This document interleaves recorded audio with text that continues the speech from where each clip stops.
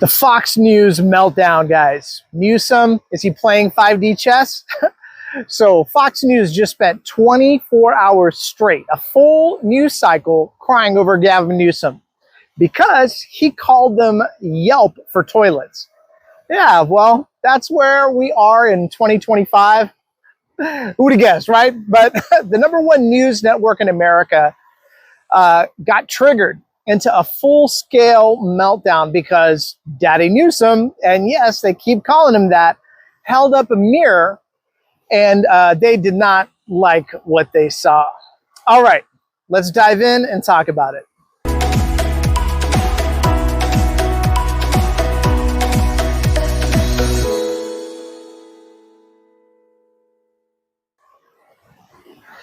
All right, guys, thank you guys so much for joining the Baseline. Hope you guys are having a great day. Now, you've got Hannity almost in tears on prime time. Jesse Waters, the self-proclaimed alpha male.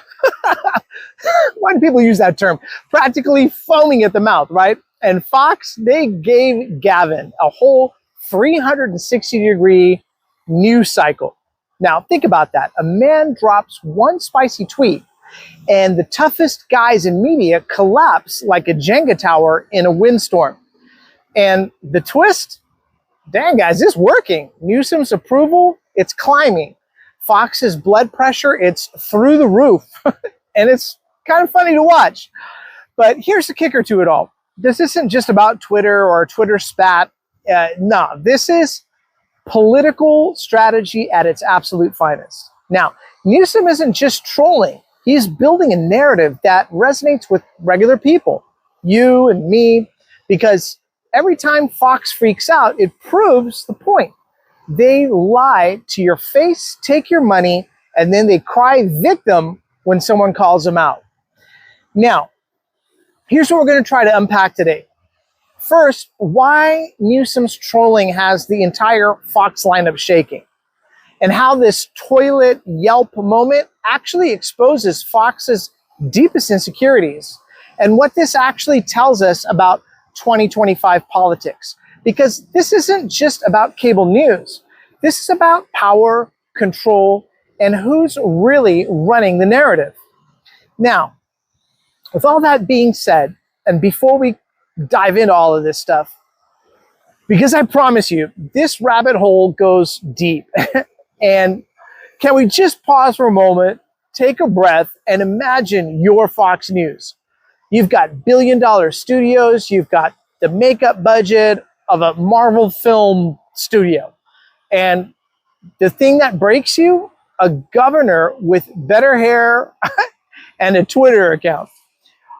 It's almost poetic, but first, let's try to talk about this meltdown, okay? And we'll talk about Hannity first, who looked like he'd just been personally insulted. And when we get to Jesse Waters, oh yeah, Jesse, this man gets on live television talking about alpha energy, like he's auditioning for a dollar store version of Magic Mike.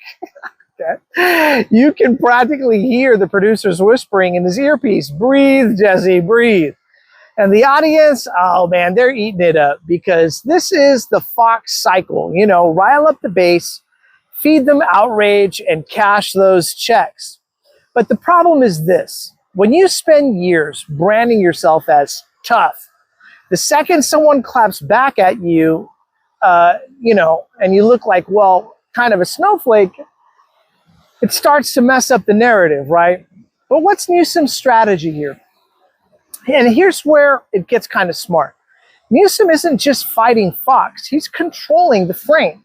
So every tweet, every jab, it's kind of a bait. And he's saying, hey, dance, puppets, dance. And Fox, man, they just seem to oblige. The more they cover him, the bigger his platform grows.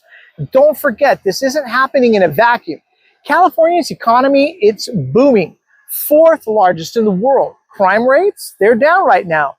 Tech, manufacturing, farming, tourism, they're all surging. And yet, Fox keeps trying to sell the California is burning narrative. But here's the truth. You can't argue numbers when the receipts are public. Now, this is why Western audiences, especially in the United States, UK, Canada, Australia, we all need to pay attention, because this isn't just about California or Fox. It's about how narratives are built and weaponized to distract you from policy, from your paycheck, from what actually affects your life, which is obviously the most important thing you would think all governments would want to care about. But now, here's the hypocrisy. Let's talk about the hypocrisy, because, you know, you've got Fox screaming about masculinity while worshiping a guy in a full face of makeup, a bad comb over, and a spray tan so thick you might be able to scrape it off with a butter knife. Now, they talk about alpha energy, whatever that means, but let's not forget, at the RNC, Grindr ended up crashing twice. And don't come, you know, with those baby facts, right? Those are true things. This faux masculinity, the faux patriotism, and the faux outrage. It's exhausting. And the worst part, it works. There's a whole segment of the population that hears Fox said it, it must be true, and never questions why the network that lied to their faces to the tune of $1 billion lawsuit is still their daily gospel. And don't get me wrong, the liberal ones, they do it too, MSNBC, CNN, but Fox, man, they really bank on it. And here's the real play, because Fox is somewhat terrified that people are going to start to wake up, terrified that Democrats, love them or hate them, there's legitimate reasons on both sides, right, are finally learning to fight on the same playing field. Well, at least maybe just one Democrat. But you know what? They might be terrified, or should be terrified of Newsom at least, because when you strip away the theatrics, what you see is a party that's losing control of the narrative. Now, Newsom calling out the hypocrisy isn't just trolling. It's exposing the cracks in their empire. And that scares the heck out of these guys. Now, picture it. Try to imagine Fox News executives huddling in a glass conference room. They're stress eating kale chips, trying to figure out how to clap back without looking even dumber than they already do. Now, what if we call them a socialist again? You know, and it's like, buddy, you've been running that place since 2008. It's tired. It's over. I don't know. And while they're melting down, man, Newsom's over here building coalitions, pushing policy. And yeah, he's tweeting in all caps like it's a WWE wrestling match SmackDown. And this isn't just trolling. I think it looks like it's forming a strategy. Now, here's the thing. This isn't over, not even close, because Fox needs Newsom as much as they hate him. Outrage drives ratings. Ratings drive revenue, but the longer they keep playing his game, the more they lose the actual control aspect of the narrative. Now, if you think Fox meltdown is wild, wait till you see what's brewing in the GOP's next strategy meeting. Because trust me, what's coming next, it's truly getting crazier and crazier each time. All right, guys, thank you so much for joining me on The Baseline. Let me know if you guys think I got this all right, all wrong. Put your comments in the section below. I read them all and answer them all. So we'll look forward to hearing from you, and we'll look forward to seeing you on the next round of The Baseline. All right, cheers, everybody.